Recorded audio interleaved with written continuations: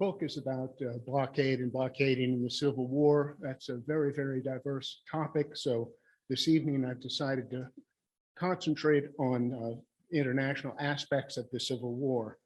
Like many histories of the American Civil War, the map focuses its attention largely on the tinted areas depicted in the United States and the territories in 1860. Multicolored maps and illustrations of this period were usually hand tinted. On this map, either somebody has missed Maine or the color has faded. The international aspects of the Civil War focus both on places that are not on the map and on the untinted portions of the map north and south of the US border.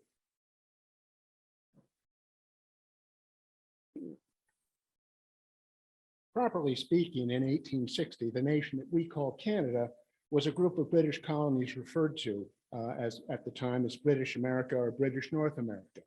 And of course, Britain was the preeminent naval power of its day, the 19th century superpower.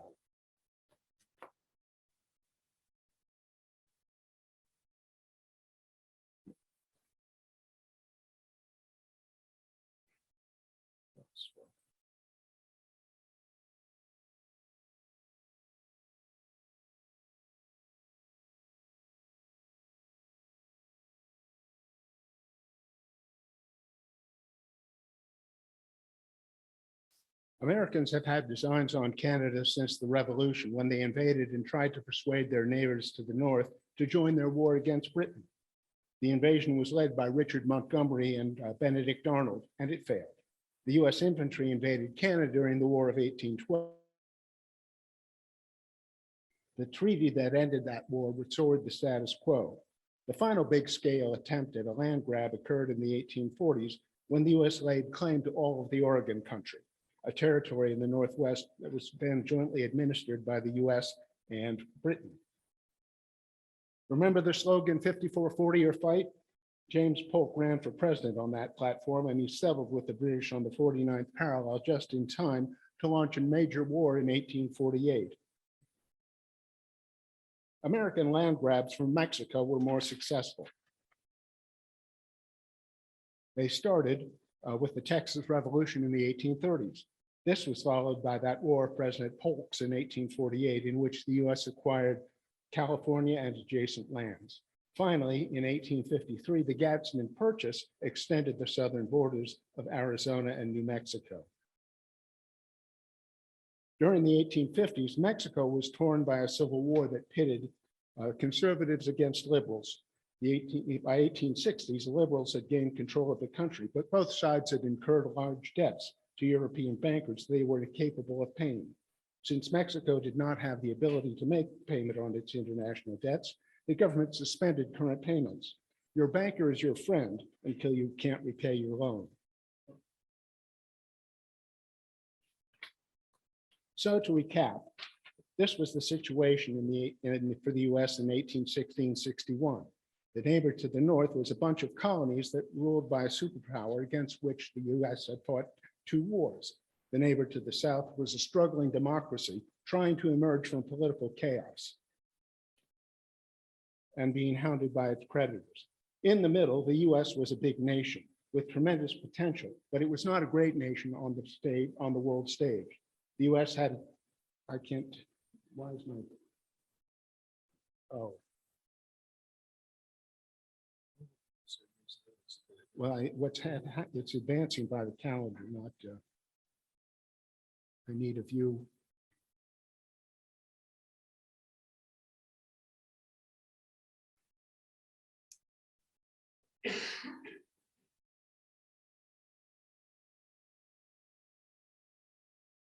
This is where I want to be.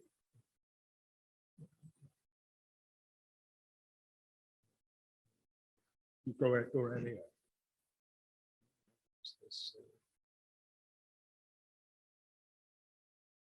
Turn off transitions.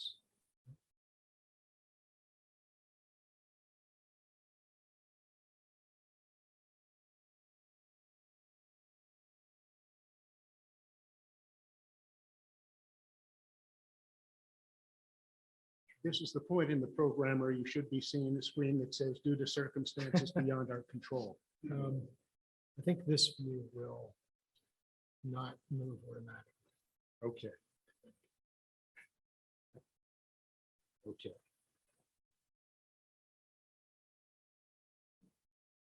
In the middle, the US was a big nation, but not a power on the world stage. It had a tiny army and navy compared to Britain and France. Despite that fact, the US had become a substantial commercial maritime power. Over half the world's cargoes were carried on US flag vessels. This made the US the envy of the world's shipping interests. The US had a small but growing domestic industry that was not yet capable of supplying the domestic demands for manufactured goods. To Britain and France, the US was a market for their manufactures, which were cheaper than those made in the US, even factoring shipping in across the Atlantic. In 1861, the US had angered the European manufacturing interests by imposing a protective tariff on imported goods to make domestic goods price competitive. What the US had in abundance was agricultural produce. In terms of foodstuffs, the international market for American grain was variable. When Britain and France fought Russia in the Crimean War, American grain was in great demand to replace the Russian crop. After the war, prices fell.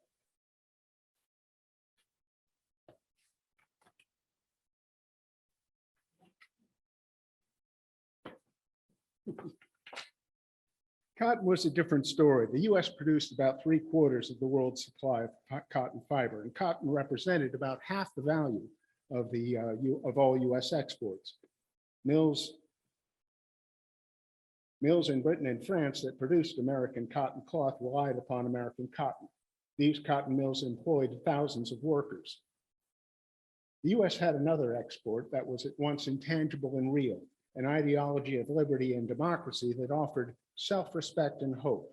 When people who had immigrated to the US wrote home, they didn't write about involvement in American politics. Rather, they wrote about the abundance of food and the number of times they ate meat. Agricultural laborers wrote of eating at the table with the farmer and his family. That kind of social leveling was unthinkable back in Britain. It is an irony of history that the loudest yelps for liberty were heard among the drivers of Negroes. Nonetheless, it is no coincidence that the great majority of immigrants to the US settled in states where slavery was extinct. The ideology of liberty and the potential for prosperity were inspirations to the unenfranchised in other countries of the world. And accordingly, these were a threat to the existing political and social order that dominated most of the world. By the mid-century, most adult white males in the US possessed the right to vote.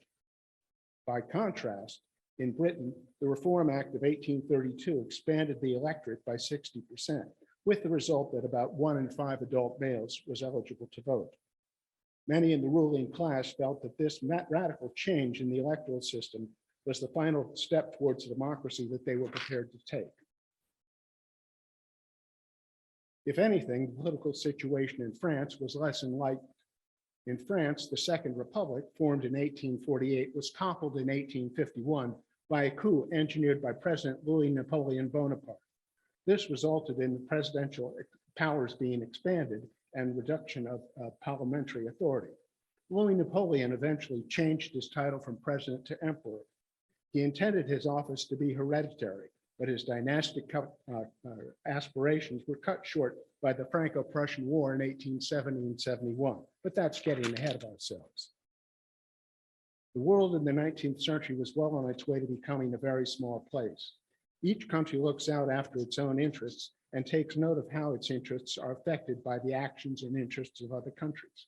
These were economic and ideological points. There were economic and ideological points of contention between the US and the other major powers of Europe when the Civil War broke out. Envy over prosperity, anger over protective tariff, concern over the potential of a young nation, and fear over the potential contagion of democracy. Let's look at the timeline of events. After the attack on Fort Sumter, one of the first acts of the federal government was to declare a blockade of the Confederate ports. That act would almost certainly interfere with the commerce among nations and threaten to disrupt domestic economic conditions in other nations. In response, the Confederate government announced that it would authorize privateers to make war on federal commerce.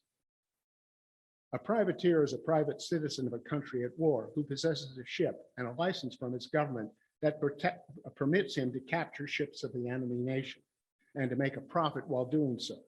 After the Crimean War, the nations of Europe had agreed to abolish privateering.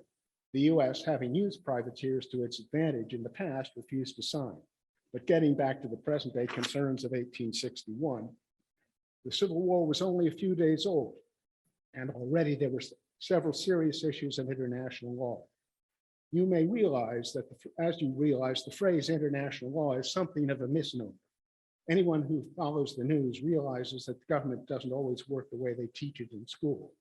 But that model, nonetheless, is an important place to start when thinking about international law. In civil society,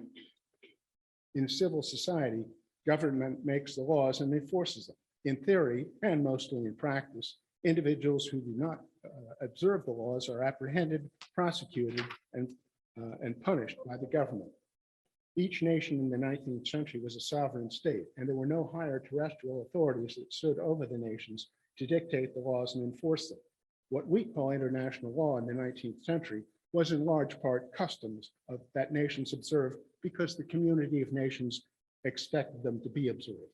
Some of these customs were derived from experience, and some were divined from philosophical musings about what the law ought to be. What ultimately backed them up in the 19th century was war and the threat of war. The Civil War, the questions involving the international law at the start of the Civil War concerned recognition of belligerent status, privateering, and blockading. When nations are at war with one another, they become belligerents in the eyes of international law. As such, the nations at war gain certain rights and obligations. In times of peace, international law regarded the oceans of the world as highways open to all traffic. Any person who interfered with that traffic was regarded as a pirate who could be hunted down and punished.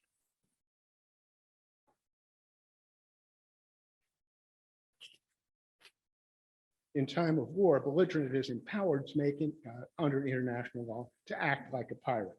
A belligerent's navy has the right to interfere with the traffic of the enemy's vessels and neutral vessels. He can use his navy to blockade the enemy's ports and capture any vessel that attempts to run the blockade.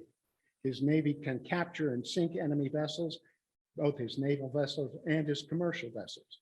His navy can stop and inspect neutral vessels mid-ocean to see whether they contain enemy cargoes, which can be seized. Despite the wishes of the European powers, the US retained the right to employ privateers. The license that enabled privateering was a kind of legal fig leaf that converted piracy from a capital crime into a civic virtue. Because the US had not renounced the use of privateers, arguably the Confederates retained the right to employ them as well.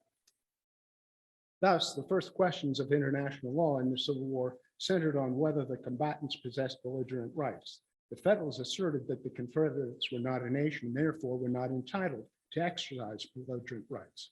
Furthermore, since the Confederates could not claim belligerent rights, the Federals declared that anyone acting as a Confederate privateer was a pirate and would be hanged.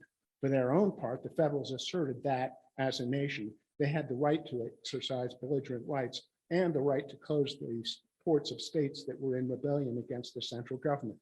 The international community, led by Britain, disagreed. A blockade, they maintained, required the maintenance of a naval presence sufficient to create a danger of capture to any vessel entering or leaving an enemy port. About 1 month into the war, the British government declared its neutrality with respect to the belligerency then existing between the Confederates and the Federals. Britain did not go so far as to recognize the Confederates as an independent nation. Still, it observed as a factual matter that the Confederacy possessed the internal cohesion and apparent military strength to assert its claim of independence, and thus deserved to be regarded as a proto-nation. When the Federals protested, the British listened patiently to the Federals' complaints and stood by their decision. As we have seen, the Federals possessed a tiny navy at the beginning of the Civil War. This navy could not create the danger of capture to a ship entering or leaving the ports of the Confederate States. So the Federal Navy started to grow. In the early months of the Civil War, steam power, stealth, and ineffective blockading tactics resulted in relatively few captures of blockade runners. Nonetheless, in early 1862, Britain declared itself satisfied with the blockade. Why? Because it was in Britain's interest to do so. As you know, blockade is a tactic employed by a strong naval power against a weaker one. In any future war, Britain was likely to impose a blockade, and she wanted to make certain that the requirements of naval force to be employed was not set too high. And why Britain and not some other nation like Belgium or Portugal? I suspect the Royal Navy had something to do with it. The Federals captured some Confederate privateers, convicted them of piracy, and sentenced them to hang. The Confederates were already at war with the Federals, so using the threat of war as a lever against the federal government was not an option. But the Confederates had an ace up their sleeve. Jefferson Davis declared if the Federals hanged Confederate privateers, the Confederates would hang an equal number of captured federal officers. President Lincoln accepted the fact that he had been outmaneuvered and agreed to treat the captured privateers as prisoners of war. In any event, the increasing efficiency of the federal blockade largely ended the threat from privateers. Confederate cruisers were another matter, but we will get to that. From April to July 1861, both the Federals and the Confederates began to organize themselves for war. The first major clash of arms occurred at Bull Run. To that point in time, the Lincoln government had told the world and the nation that the purpose of the war was to preserve the Union. Most overseas observers had doubted that the Union could be preserved. The job was just too big, and the failure of arms at Bull Run seemed to confirm that view. Many friends of the US saw the separation of the country into two nations as a good thing for the northern states, which would be better off removed from the taint of slavery. Many enemies of the US saw the separation of the country into two nations as a good thing for the world, since it would split up a potentially powerful nation into mutually hostile entities. In the meantime, representatives of Britain, France, and Spain met in London to discuss the debts owed to them by Mexico. This was not without reference to the fact that the US was engaged in a major civil war. A word about the Monroe Doctrine seems relevant at this point. The Monroe Doctrine consists of a few sentences in the annual message to Congress that James Monroe delivered in December 1823. It said basically that the US would consider any interference by the nations of Europe with the affairs of any independent nation in the Western Hemisphere as being contrary to its interests. The Monroe Doctrine did not say that what the US would do, it just said how the US would regard it. It was just as with international law, the Monroe Doctrine is not a law that someone could break and be sent to jail. It was just a warning to the world that there might be consequences. But in the middle of the Civil War, the federal government was not in a position to divert its attention from job number one, which was restoring the Union. At the end of October 1861, Britain, France, and Spain agreed to invade Mexico, seize the major ports, and collect customs fees to repay their debts. They invited the US to take part, but the US, being previously engaged, declined to join. Indeed, the US offered to make payments on the debts, but the European nations declined. When your friend the banker declines to receive payment on a debt, it is because he has other fish to fry. These other fish may be financial, or as we shall see, they may be otherwise.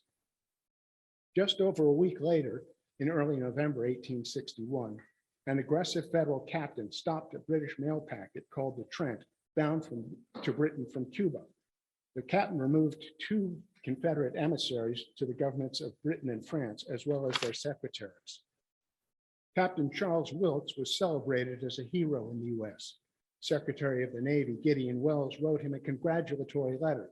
The reaction in Britain was different. The nation's honor had been stained, and the stain could be removed only by freeing the Confederate emissaries. If the US refused that demand, Britain would declare war. Let's pause for a moment to examine a couple of historical ironies. First, Britain had just agreed to invade Mexico, a country at which she was at peace, to act as a debt collector.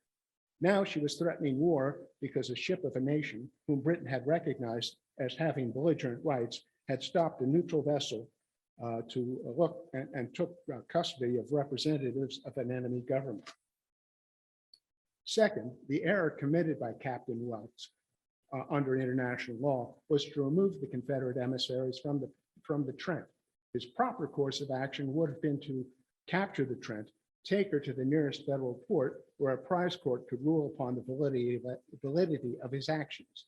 By minimizing the inconvenience to British mails and the other passengers, Captain Wilkes had brought the U.S. to the brink of war with Britain. Moreover, based on the circumstances, the prize court would have ordered the Confederate emissaries to be surrendered to the federal government. In addition, the court also might have ordered the Trent to be forfeited as a prize because of non-neutral actions taken by her captain and crew. The attitude of the British cabinet was poisoned further by an unsubstantiated reports that the mid-ocean seizure had been the federal government's deliberate act. The same source said that General Winfield Scott had been sent to France as an emissary, offering to return Canada to France if she stood by the Federals against Britain. Social media in the 21st century is just the latest means by which disinformation is spread. General Scott had indeed arrived in France for a post-retirement tour of the country. The rumors had been leaked to the press, and General Scott took steps to counter them by publishing a letter in the newspapers. This done, he cut his vacation short and hurried back to the U.S. against the possibility that his services might be needed in his country to defend it against Britain. The demand for redress still gripped the British cabinet, and they composed a letter to the federal government. As was customary, when they were about to plunge the nation into war, the cabinet sent their letter to Queen Victoria for her approval. Prince Albert, the Queen's consort, advised that the tone of the letter should be softened somewhat. Apparently, he was right. The softened tone of the demand letter made it easier for the federal government to acquiesce to the British demand and release the Confederate emissaries. Whether President Lincoln actually said one war at a time remains uncertain, but the American press reported that he did.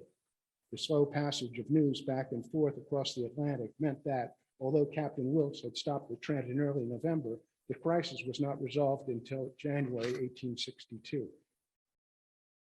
Meanwhile, back in Mexico, the European military expeditions landed in Veracruz on December 8, 1861.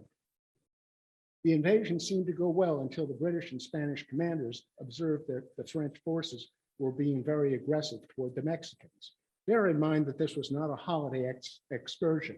This was an armed invasion of a country to seize customs revenue that belonged to the Mexican government. The French forces must have been acting very aggressive indeed. The British and Spanish soon realized that the French had other fish to fry. The British and Spanish agreed to postpone the repayment of their debts, and they withdrew from Mexico. Meanwhile, in Canada, Britain prepared for war with the US by sending 14,000 British troops for the defense of Canada. The British troops that had crossed the Atlantic in early January 1862. The Confederate the Canadian ports were closed by the weather. As an act of comedy, Secretary of State Seward permitted the British forces to land in Portland, Maine. They traveled north by train. The war fury in Britain had inspired an equal and opposite war fury in northern US. Secretary Seward was roundly criticized in the newspapers for his assistance to a potential enemy. But consider the following. The military forces that Britain sent to defend Canada were not as large as the pre-war army of the US. By the time of Bull Run, about a half a year earlier, the federal army had grown to about 100,000 men and continued to grow and had continued to grow ever since. Pursuant to an agreement reached by the British and American diplomats in 1817, the border between the US and Canada remained largely undefended, and it was huge. The British and most of the world continued to believe that the federal government would not be able to restore the Union. In Britain, it was feared that the Federals, having raised a large army and failed to restore the Union, would see the conquest of Canada as a consolation prize. Although permitting the British troops to land in Portland was a friendly act on the surface, Secretary Seward may have been underscoring to the British that the military vulnerability of Canada. While Britain had declared itself neutral, elements of the British cabinet were considering involving themselves in the American Civil War almost from the outset. war and the federal blockade interfered with the supply of cotton, which appeared to have been the cause of unemployment among many British cotton mill workers. Not only was high unemployment an evil in itself, but it provided fertile soil for seeds of British civil unrest to germinate and take root. As the Civil War grew in scope and ferocity, some British statesmen were impelled by humanitarian motives, or so they argued, to bring an end to the violence in America. That violence, by the way, disrupted international markets, caused domestic economic hardships, and threatened civil unrest in Britain. The problem facing the British statesmen was that there was no non-neutral way of intervening in the Civil War. The Confederates wanted their independence and the Federals wanted to restore the Union. No single result could satisfy the war aims of both. Any outcome that left two national governments in the land between Canada and Mexico was a Confederate victory. Indeed, since it appeared to many that the Federals could not prevail, the British statesmen asked whether Britain should not bite the bullet and recognize Confederate intervention. It was in this spirit in early October 1862 that William Gladstone, then Chancellor of the Exchequer, made a speech in Newcastle upon Tyne. In the speech, he said that Jefferson Davis had made a nation. Moreover, Confederate success in keeping that nation seemed as certain as any future or contingent event might be. George Cornwall Lewis, British Secretary of State for War, opposed any form of intervention as being non-neutral and bound to involve Britain in a costly war. You may have noticed that people in positions of authority, when faced with uncertainty, have a strong impulse to do something, anything, in the hope of improving the situation. It often, but by no means always, turns out to be the case that doing nothing may have been the better alternative. But the situation was changing. About 2 weeks before Chancellor Gladstone made his remark, and in the aftermath of the Battle of Antietam, President Lincoln issued the preliminary Emancipation Proclamation. The reaction of the British ruling classes and newspapers in Britain was not favorable. The Confederates complained that it was intended to incite servile war. Some British statesmen saw it as an act of desperation on the part of the Federals. Others saw it as a cynical act. The proclamation said that it would free the slaves in the states in rebellion where the Federals did not have power to act, but it left in bondage the slaves in the states that remained loyal where the federal government did have power. Still others saw it as an offering of a corrupt bargain to the rebellious states to let them keep their slaves if they returned to the Union before the end of the year. The cynical act and corrupt bargain interpretations are based on the wording of the proclamation. Unlike President Lincoln's well-known oratory, the preliminary Emancipation Proclamation is a precise and legalistic document. It was drafted to be grounded on the president's constitutional powers as commander-in-chief of the armed forces in wartime. I doubt whether it was expected to emancipate any slaves. Many Southern slaves were emancipating themselves already without the president's approval. What remained in doubt was whether they would remain emancipated at the end of the war. But it seems likely that the Emancipation Proclamation was intended to address an international audience. And so it was on January 1st, 1863, President Lincoln issued the final Emancipation Proclamation, and it made good on his promise to declare a portion of the slaves to be free. In London and in Britain's working communities, including those hit by the cotton famine, meetings took place. From those meetings, working men sent messages of congratulations to President Lincoln and the federal government for carrying through on its promise of emancipation. The British press belittled these meetings, pointing out that the participants were the so-called lesser sort. But that was the very point. These were the lesser sorted people who bore the brunt of the cotton famine. To that point in time, the federal government had said that it was fighting to preserve the Union. In the eyes of the British working classes, emancipation provided the Civil War with a moral clarity it had previously lacked. Although these people were of the lesser sort and did not generally enjoy the right to vote, their opinions about the war in America were well known. While the British government could ignore those, it would do so at its peril. Meanwhile, the British government became concerned that Britain might not be observing its obligations as neutral power. Reports started coming in that two Confederate cruisers, the CSS Florida and the CSS Alabama, were capturing and sinking American commercial flag vessels. These cruisers, by the way, had been built for the Confederates by private shipyards in Britain. They had been built as ships of war as opposed to commercial vessels, and they had been had not been armed when they left Britain. Federal agents in Britain had tried to alert the British government to prevent the sailing, but the government declined to interfere.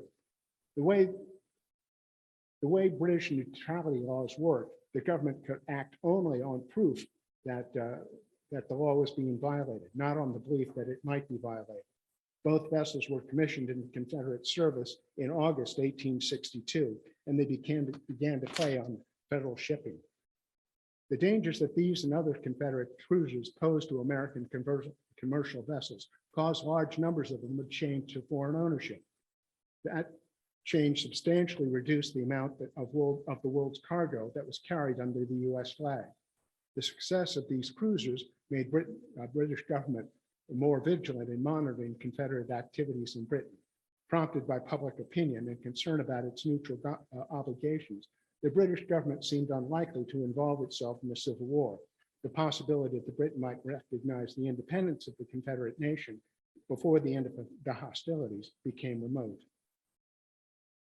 The Confederates stopped trying to enlist Britain as an ally. Instead, they and their sympathizers began to provoke hostilities between Britain and the federal government. In late 1863 and at times in 1864, the Confederates and their sympathizers began to involve British colonies in their operations against the Federals. In December 1863, a group of Confederate sympathizers from Canada seized the American steamship Chesapeake off the coast of Cape Cod and sailed her to Halifax.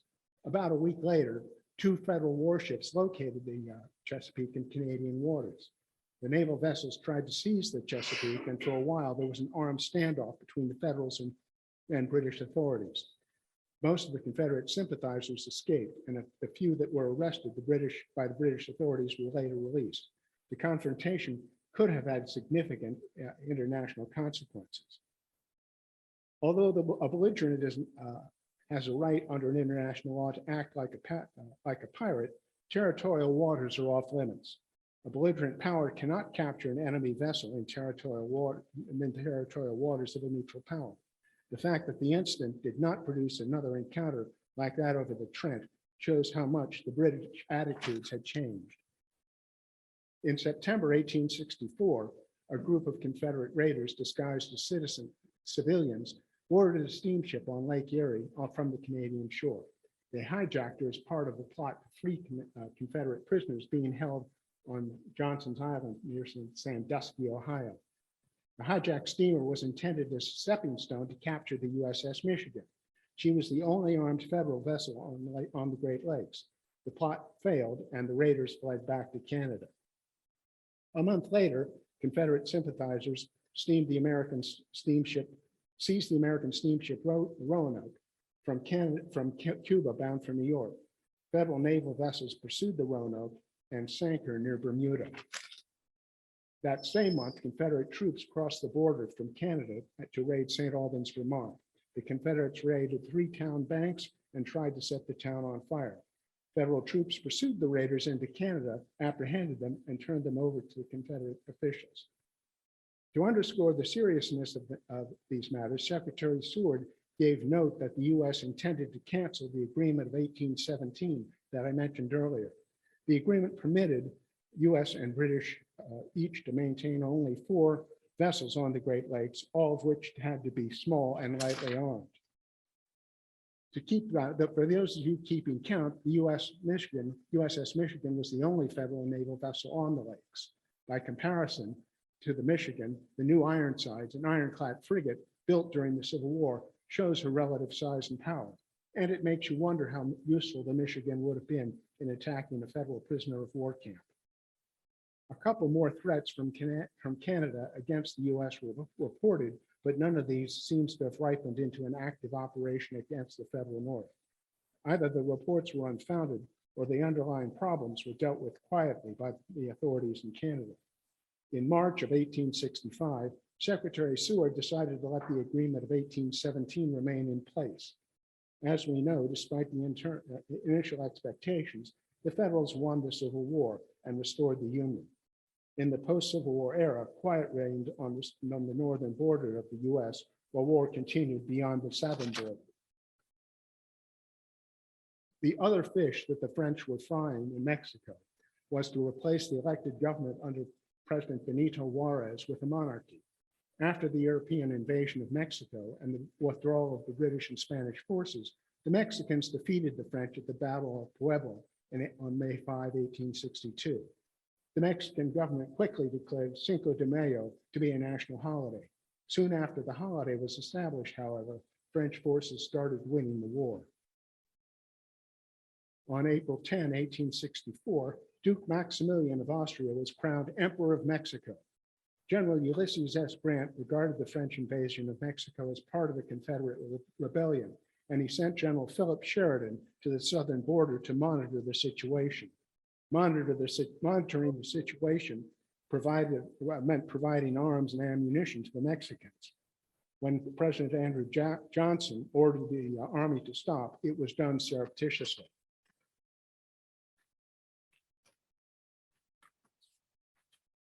The efforts of France to support Emperor Maximilian did not go well, and they withdrew their forces from Mexico. The Juarez government defeated the imperial forces, captured Emperor Maximilian, and executed him on June 19, 1867. And what about Britain? The American irritation with Britain over perceived breaches of neutrality persisted after the end of the Civil War, and eventually Britain agreed to an international arbitration to resolve the matter.